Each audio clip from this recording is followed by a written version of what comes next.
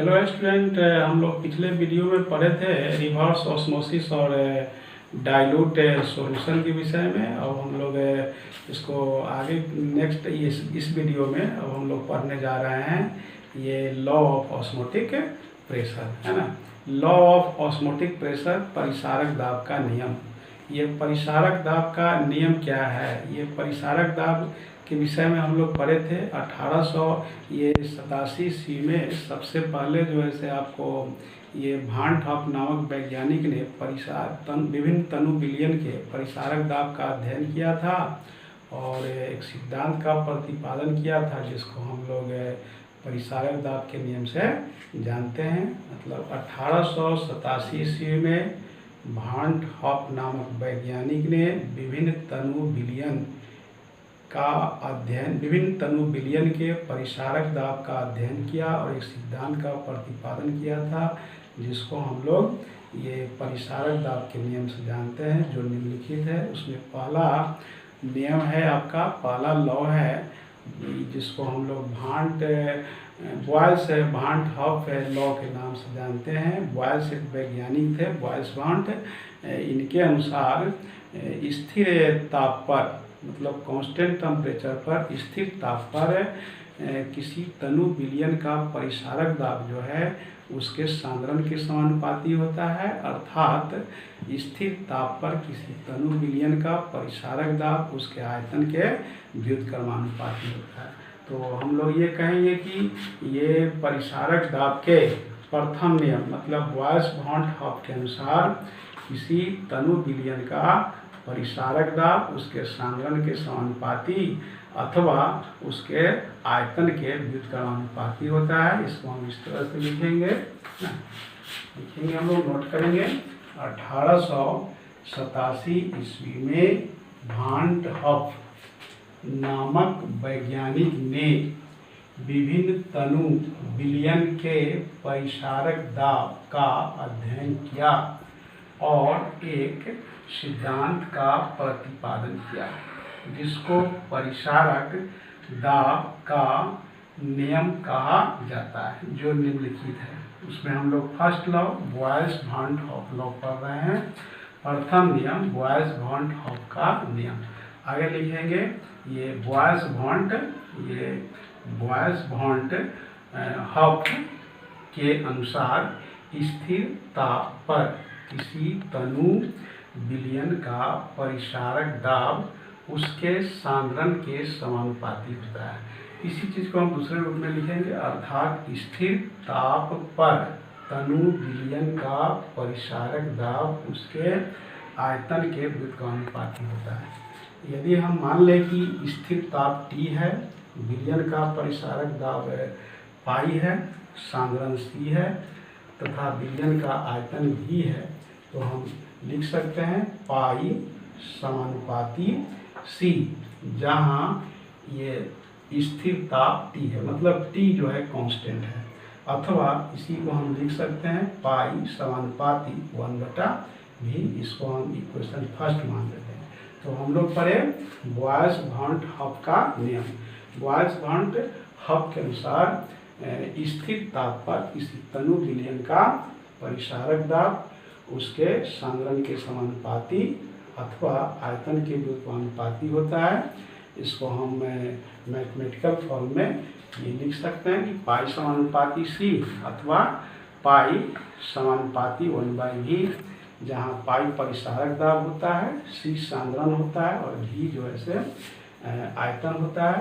अब हम लोग सेकेंड लॉ पढ़ेंगे। अब हम लोग सेकेंड लॉ चार्ल्स वान ट हॉफ लॉ पढ़ेंगे, मतलब चार्ल्स वान ट हॉफ का नियम। चार्ल्स वान ट हॉफ के अनुसार स्थिर सांद्रण पर किसी तनु विलयन का परिसारक दाब उसके परम ताप का सीधा समानुपाती होता है। मेरे कहने का मतलब कांस्टेंट कंसंट्रेशन पर डाइल्यूट सॉल्यूशन का ऑस्मोटिक प्रेशर उसके एब्सोल्यूट टेम्परेचर के डायरेक्टली प्रोपोर्शनल होता है। हम लोग ये लिखेंगे चार्ल्स वान ट हॉफ के अनुसार स्थिर सांद्रण पर किसी तनु विलयन का परिसारक दाब उसके परम ताप का सीधा समानुपाती है या समानुपाती होता है। माना कि स्थिर सांद्रण C पर विलयन का परिसारक दाब पाई है तथा परम ताप T है, तो हम इसको मैथमेटिकल फॉर्म में लिख सकते हैं पाई समानुपाती T। ये सेकेंड लॉ मान लेंगे, जहाँ C मतलब सांद्रण कांस्टेंट है, इसमें V भी कांस्टेंट हम मान सकते हैं, ठीक है ना। तो सेकेंड लॉ द्वितीय नियम चार्ल्स वॉन हॉफ के अनुसार स्थिर सांद्रण पर किसी तनु विलयन का परिसारक ताप उसके परम ताप का समानुपाती होता है, अर्थात पाई समानुपाती T होता है। अब इसके बाद हम लोग पढ़ेंगे थर्ड लॉ। थर्ड लॉ है आपका एवोगाड्रो वॉन हॉफ लॉ, मतलब तीसरा नियम है एवोगाड्रो वॉन हॉफ का नियम। एवोगाड्रो वॉन हॉफ के अनुसार स्थिर ताप एवं सांद्रण पर विभिन्न पदार्थ करने का मतलब विलय पदार्थ, विभिन्न पदार्थ के सम अनुक है ना, समान अणु को एक ही विलायक के समान आयतन में अलग अलग विलयन तैयार किया जाए तो उसका परिसारक दाब आपस में समान होंगे अथवा परिसारक दाब उसके अणु की संख्या के समानुपाती होंगे। मतलब हम इसको लिखेंगे एवोगाड्रो वॉन हॉफ के अनुसार स्थिर ताप एवं सांद्रण पर विभिन्न पदार्थ के समान अणु को एक ही विलायक के समान आयतन में अलग अलग बने विलयन का परिसारक दाब उसके अणु की संख्या के समानुपाती होता है। यदि हम मान लें कि स्थिर ताप T एवं सांद्रण C पर परिसारक दाब पाई तथा ये अणु की संख्या N है, तो हम लिख सकते हैं पाई समानुपाती N। ये थर्ड समीकरण है जहाँ T एवं C स्थिर है। इस तरह से ये परिसारक दाब के तीन नियम हम लोग पढ़े। पहला था बॉयल-वॉन हॉफ का नियम, दूसरा है चार्ल्स वॉन हॉफ का नियम, तीसरा है एवोगाड्रो वॉन हॉफ के नियम। बॉयल के अनुसार मतलब पहले नियम के अनुसार स्थिर ताप पर किसी तनु विलयन का परिसारक दाब उसके सांद्रण के समानुपाती अथवा आयतन के व्युत्क्रमानुपाती होता है। दूसरे नियम के अनुसार स्थिर सांद्रण पर किसी तनु विलयन का परिसारक दाब उसके परम ताप का समानुपाती होता है। तीसरे नियम के अनुसार स्थिर ताप एवं सांद्रण पर विभिन्न विलय पदार्थ की समान मोल की संख्या को, समान ग्राम अणु की संख्या को एक ही विलायक के समान आयतन में अलग अलग अगर विलयन तैयार किया जाए तो उस विलयन का परिसारक दाब आपस में समान होंगे अथवा परिसारक दाब उसके अणु की संख्या के समानुपाती होंगे। अब हम लोग इस तीनों नियम को सम्मिलित करके देखेंगे तो हमको एक फार्मूला प्राप्त होगा।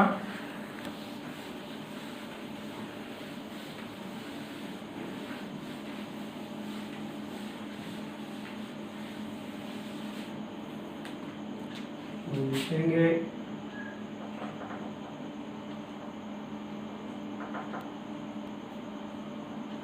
समीकरण 1, 2 एवं 3 को सम्मिलित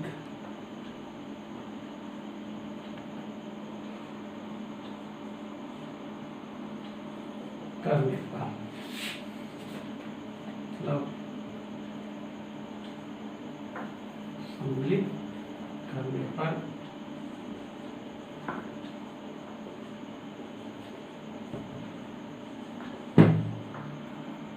जानते हैं कि पाई समानुपाती है 1/v।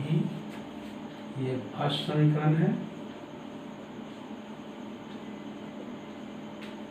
एट कांस्टेंट T पाई समानुपाती T। ये सेकेंड है at constant C and V third है पाई समानुपाती n, ये थर्ड समीकरण है। At constant t and c, मतलब स्थिर ताप एवं संघनन, तीनों को सम्मिलित करने पर हम लिख सकते हैं तीनों को सम्मिलित करने पर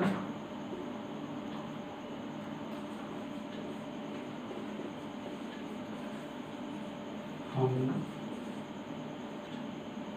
पाते हैं कि पाई समानुपाती 1/v गुना t गुना n, अर्थात पाई समानुपाती nt बटा v, अथवा आप ये भी लिख सकते हैं पाई बराबर nRT बटा v,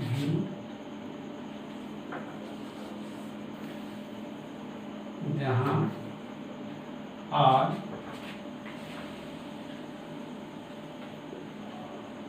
बराबर बिलियन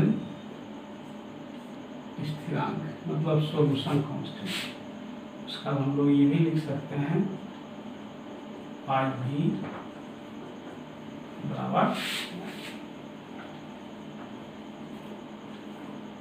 अर्थात पाई भी बराबर nRT। समीकरण 1, 2, 3 को सम्मिलित करने पर हम जानते हैं कि पाई समानुपाती 1/v फर्स्ट इक्वेशन है, पाई समानुपाती t सेकेंड इक्वेशन है, पाई समानुपाती n थर्ड इक्वेशन है।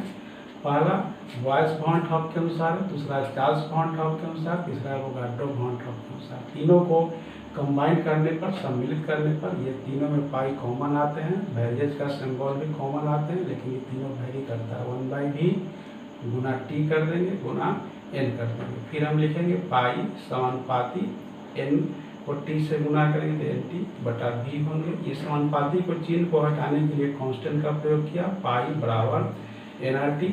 ये जो है से n और t तो है ही, ये बीच में r लिखे हैं जो विलायक स्थिरांक, बिलियन स्थिरांक मतलब सॉल्यूशन कांस्टेंट है। तिरछा तिरछी गुना करेंगे तो हम लिखेंगे पाई भी बराबर nRT।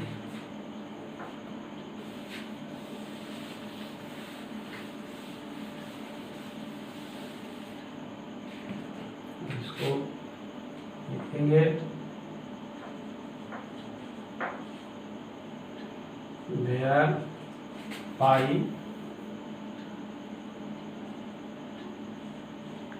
osmotic pressure, मतलब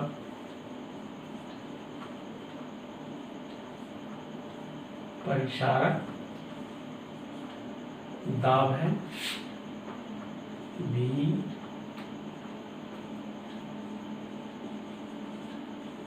volume of solution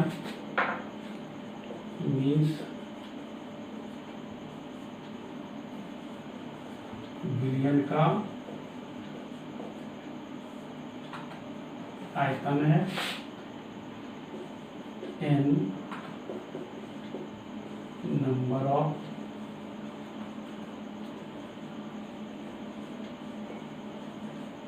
gram molecule, मतलब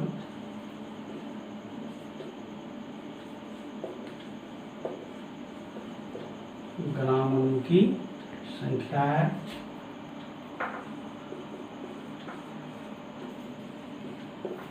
R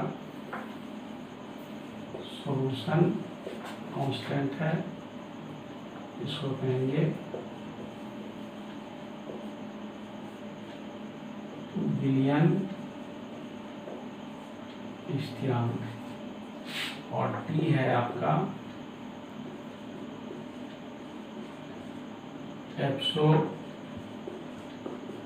एब्सोल्यूट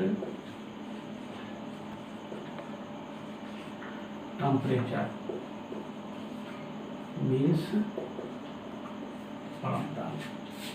इस तरह से ये परिसारक दाब के लिए एक ये समीकरण आया, पाई भी बराबर nRT, जहाँ पर पाई आपका ऑस्मोटिक प्रेशर परिसारक दाब है, भी जो है से वॉल्यूम है, n number of gram molecule, r जो है से सोल्यूशन कांस्टेंट, T आपका एब्सोल्यूट टेम्परेचर है।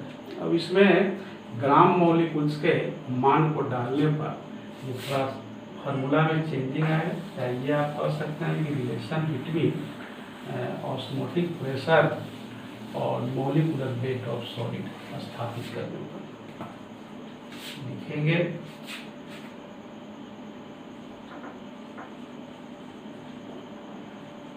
Relation between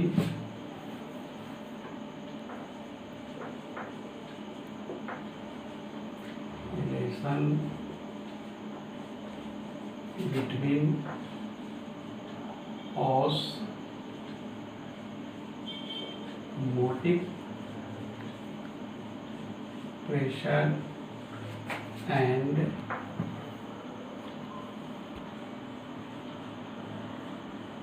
molecular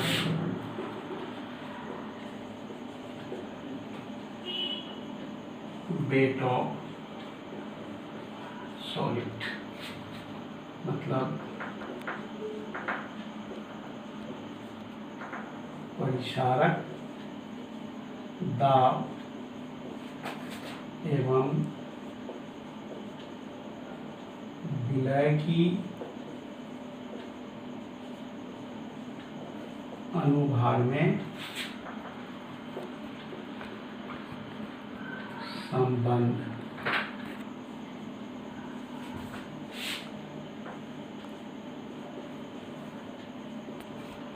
We know that, हम लोग जानते हैं n मतलब नंबर ऑफ ग्राम मॉलिक्यूल बराबर होता है given mass by molecular mass या मॉलिक्यूलर वेट, मतलब G/m।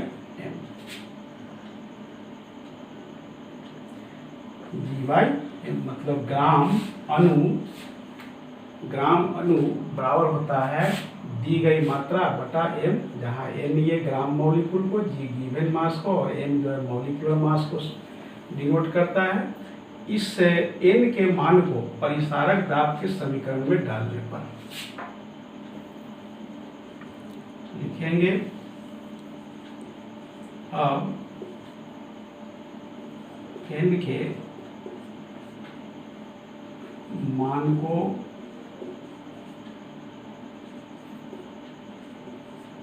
परिसारक दाब के समीकरण में रखने का।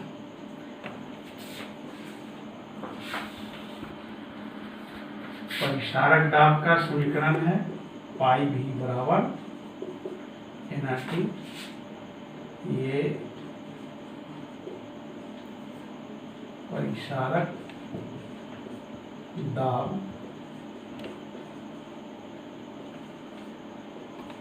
का समीकरण है। इसमें हम n के जगह पर रख देंगे G/m RT, मतलब पाई भी बराबर है GRT/m, या ई भी लिख सकते हैं पाई बराबर GRT/m। एक फार्मूला प्राप्त हुआ। इस फार्मूला में पाई परिसारक दाब, G विलय की दी गई मात्रा होंगे, R विलयन स्थिरांक, T परम ताप है, M जो है से विलय का अनुभाग और V वॉल्यूम जो है से विलयन का आयतन है। इस फार्मूला में ये 6 टर्म है, पाई GRT/mv, इसमें R कांस्टेंट है।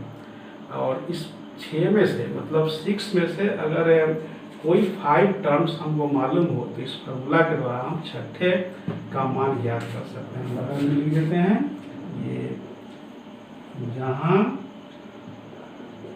पाई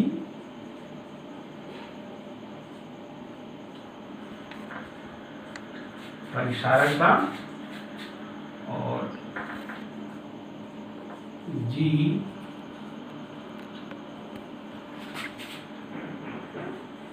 विलय की दी गई मात्रा है, आर विलयन स्थिरांक है और टी परमता एम विलय की अनुभार मतलब मॉलिक्यूलर मास, बी भी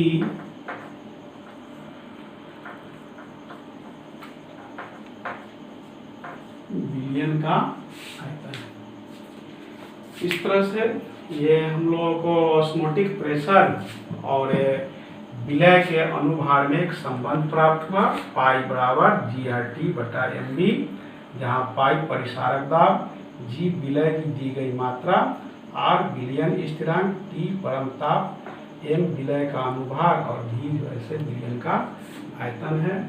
तो हम लोग इस वीडियो में पढ़ा ये परिसारक दाब का नियम। परिसारक दाब के नियम का अध्ययन सबसे पहले वॉन हॉफ नामक वैज्ञानिक ने किया। इन्होंने 3 नियम दिए, इसमें एक पहला था बॉयस वॉन हॉफ का नियम, दूसरा चार्ल्स वॉन हॉफ का नियम, तीसरा गैल्टो वॉन का नियम। उस तीनों को हम कंबाइन किए तो एक समीकरण प्राप्त हुआ था, पाई भी बराबर एनआरटी। उस पाई भी बराबर एनआरटी में एन मतलब नंबर ऑफ ग्राम मॉलिक्यूल की जगह पर वैल्यू रखा, मतलब नंबर ऑफ ग्राम मॉलिक्यूल का मान रखा, तो ऑस्मोटिक प्रेशर और ये मॉलिक्यूलर वेट में एक संबंध स्थापित हुआ, जो हमारा फार्मूला हुआ पाई बराबर GRT बटा MB। इस फार्मूला पर हम लोग न्यूमेरिकल भी पढ़ेंगे, लेकिन आज इस वीडियो में यहीं तक हम लोग पढ़ेंगे और इसके आगे जो है नेक्स्ट वीडियो में हम लोग पढ़ेंगे। ठीक है ना, आज भर इतना ही।